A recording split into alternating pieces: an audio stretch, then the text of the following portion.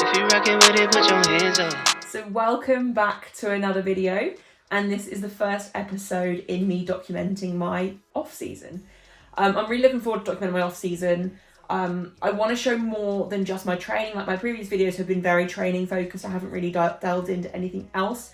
So this time I want to make sure that each video focuses on something slightly different. Like I want to talk through the decisions I'm making behind my training. I want to talk through my nutrition more. I want to talk through my recovery more. And I just want to kind of cover every area so people can see exactly what it kind of takes to fully commit to powerlifting. So I'm really excited to document that journey. I guess first thing I should do is address why I have named the series Reaching My Potential. And this is actually, it's a little pet hate of mine. The word potential bothers me so much. I've had quite a few people tell me, especially in the last year, that I have so much potential, but something's not going right or something goes wrong on comp day and things like that. And I'm fed up of hearing it. So I am very aware that I have obviously got potential in this sport. And my lifts are at a good point, you know, they're not incredible. Like I'm not impressed by any of my lifts. I think my bench is the only one that I'm somewhat proud of. But even that, because I compare myself to the top in the world, I need to add another 30, 40 kilos to that before I'm actually happy and satisfied with it kind of thing. So I'm very aware that I have the potential to do well, but it's almost like people don't think I'm trying. Back when I was a junior, I'll be honest, I didn't really know what I was doing. My lifts were still decent. I was at a fairly competitive level in Britain, considering I was self-coached, and that was before there was as much information around about coaching and things, and I was still very new to the sport, and it was a learning process as I was getting into it kind of thing. So my level as a junior was pretty competitive, but then I got a really bad back injury, and I was out for at least 18 months, and it took me a very long time after that to get back into training, back into competing, and then to get fully back into committing myself to the journey as well, because I'm not someone that will give 100% to something if I don't see it going anywhere. And it wasn't until last August time, so literally a year ago, that I felt like I hadn't missed too much time, I hadn't been out for too long to catch up and still reach this level that I want to reach. So it's only really been a year of me fully committing myself, committing every aspect of my life to this. So yes, I have got potential, but it's not like I'm not working for it. So that's why I've named that this. And I also have a really good feeling with this off season. Like my mindset is the best it has ever been. I feel like I'm ticking every single box now, and mentally I am just prepared to do everything I can everything in my ability to get myself to the next level. So the goal for this off season is basically just to start proving that I am good enough, if that makes sense. And not to other people, but to myself, to prove that I can get to where I want to get. I'm not expecting to make ridiculous progress in the next 6 months of my off season. Obviously, like I'm very realistic about my goals, but I just wanted to give a bit of backstory behind why I've named it this. So with that being said, let's jump into the first part of this video, which I want to talk about, which is my training split for this off season. I knew that one day that I could make it big. I'm talking how to say smoke. Okay, so let's dive into my weekly training split and any changes that I have made there. So I'll put my weekly split up on the screen. I've just listed it out to make it super simple to follow. So my week starts now on a Wednesday. So Wednesday is my secondary squat and secondary bench day and primary deadlift day. So the only real changes there is that I used to do this day on a Tuesday, and I have added in deadlifts on this day. So my primary deadlift day is now a Wednesday, secondary squats, secondary bench as well.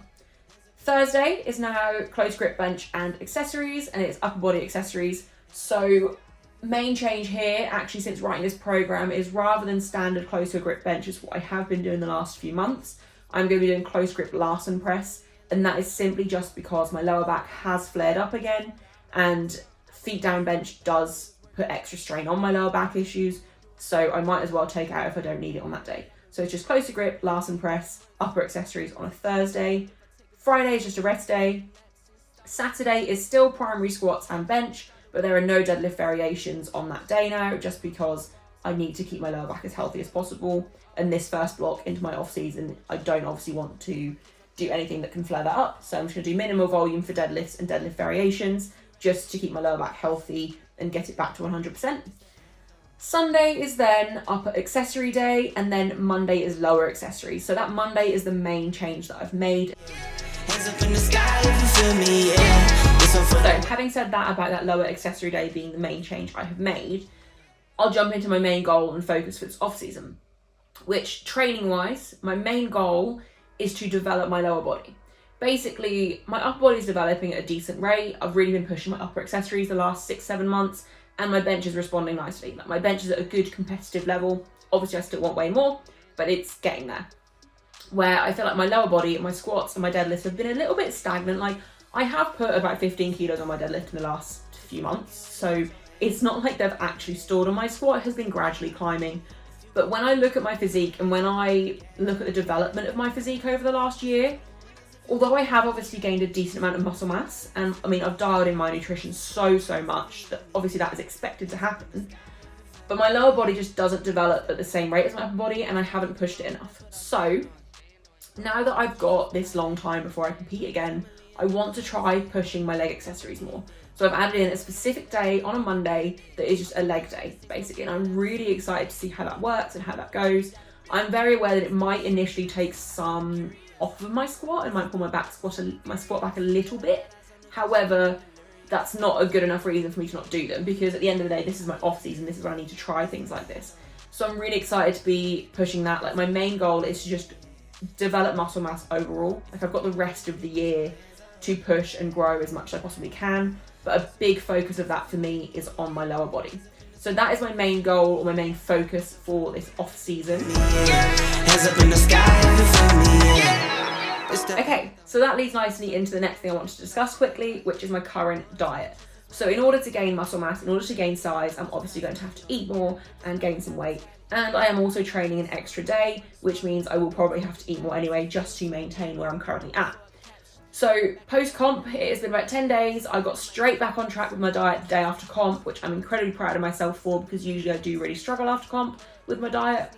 But I got straight back on track, and I'm sitting around 85.5 kilos still, which I feel like is a really good spot for me.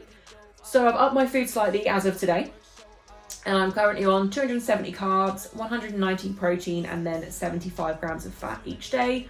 I do try and stick to those macro ranges every single day, whether it's a rest day or a training day. But if I go slightly off, especially at this point when I'm in off season and I've got ages until I compete again, I don't mind too much if that ratio changes a little bit. I just try and keep my protein at 190 as a standard.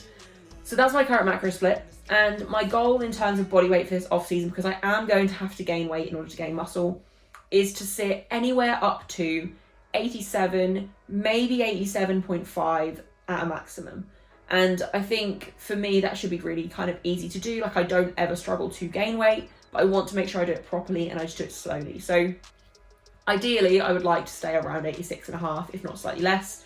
But I know I need to gain some weight to make my goals happen. So if I do end up pushing my food up, and that is a really big goal of mine as well, is to keep just pushing my food up without really gaining much, because I want to push my food to the point where when it comes to cutting for comps again next year, my calories are still pretty high, which I've done a really good job over the last few months anyway. So like, since the British, I managed to push my calories up a lot higher than they'd ever been before without really gaining much weight. And I would like to see that trend continue for the rest of this year, so that next year making weight is still incredibly easy and it's not an extra stress for me. So yeah, basically my plan is just gradually increase my macros over the weeks. I'm going to stick with them for a few weeks at a time, just see how my body gets on, see how it responds. And then if I feel like there's room to push them up, then I will. If not, then they'll just stay the same. But that's my plan in terms of diet. Fall in love with the game and then you marry it. I think I'm married. So I also wanted to include in this video my non-negotiables. Now, these aren't just for off-season training, these are year-round. But the first one being a minimum of 8,000 steps per day. The second one being a minimum of 3 times a week, 15 minutes on the cross trainer. Mobility a minimum of 4 times per week. And then also, one thing that I like to do as well is weigh myself every single morning and every single night.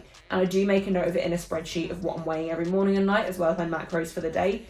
And for me, the weigh-in thing is mostly just for accountability. Like, I coach myself, but I like to treat myself like one of my athletes, because it makes me accountable. Like, I am accountable to myself, and I have to keep filling in my spreadsheet to make sure I stick to things.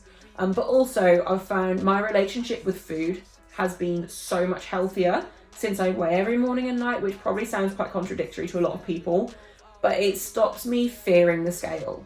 Because even if I eat massively off track one day, I step on the scale and I know what damage has been done. Like, obviously it's not actual damage, but you can also see that it is just a fluctuation and it's going to come straight back down in a couple of days anyway. Because years ago I would then avoid getting on the scales for like 4 or 5 days until I knew the weight had gone, where now, because I weigh myself every morning and every night, it not only helps keep me on track with tracking my food, but it also calms any worry of me gaining weight. Like, I never have any fear of getting on the scales because it's such an ingrained part of my daily routine. So they are my 4 non-negotiables, not just for the off season, but going forward anyway, and they have been for the last however many months. So I think that kind of wraps up my off season overview. The next few videos will definitely get more interesting. I'll include training clips. I'll talk about what I'm doing specifically in a bit more detail. It will be less of me just rambling about stuff. The only other thing I want to say as well that I'm now looking forward to pushing as kind of competing season is over is pushing my coaching. So I have recently had a couple of new girls sign up in the last couple of months, but my roster of athletes is growing and it's really exciting for me. And I just want to put this in a video, so I don't think I've ever really spoken about my coaching on here. If anyone is interested in signing up or inquiring or just wants to have a chat, there is a website in my bio down below, but you can also just drop me a message on Instagram and I will respond as quickly as possible. And my email is also in the bio down below if you want to email me with any queries. But that is going to wrap up this video. I'm excited to document this off season. I will make the videos a bit more interesting, hopefully, and I'm going to just document as much as I possibly can. So if you've made it this far, thank you for watching, and I will see you next week for the next one. Hands up, yeah. This one for the winners if you with me, yeah. Hands up in the sky if you feel me, yeah. This one for the winners.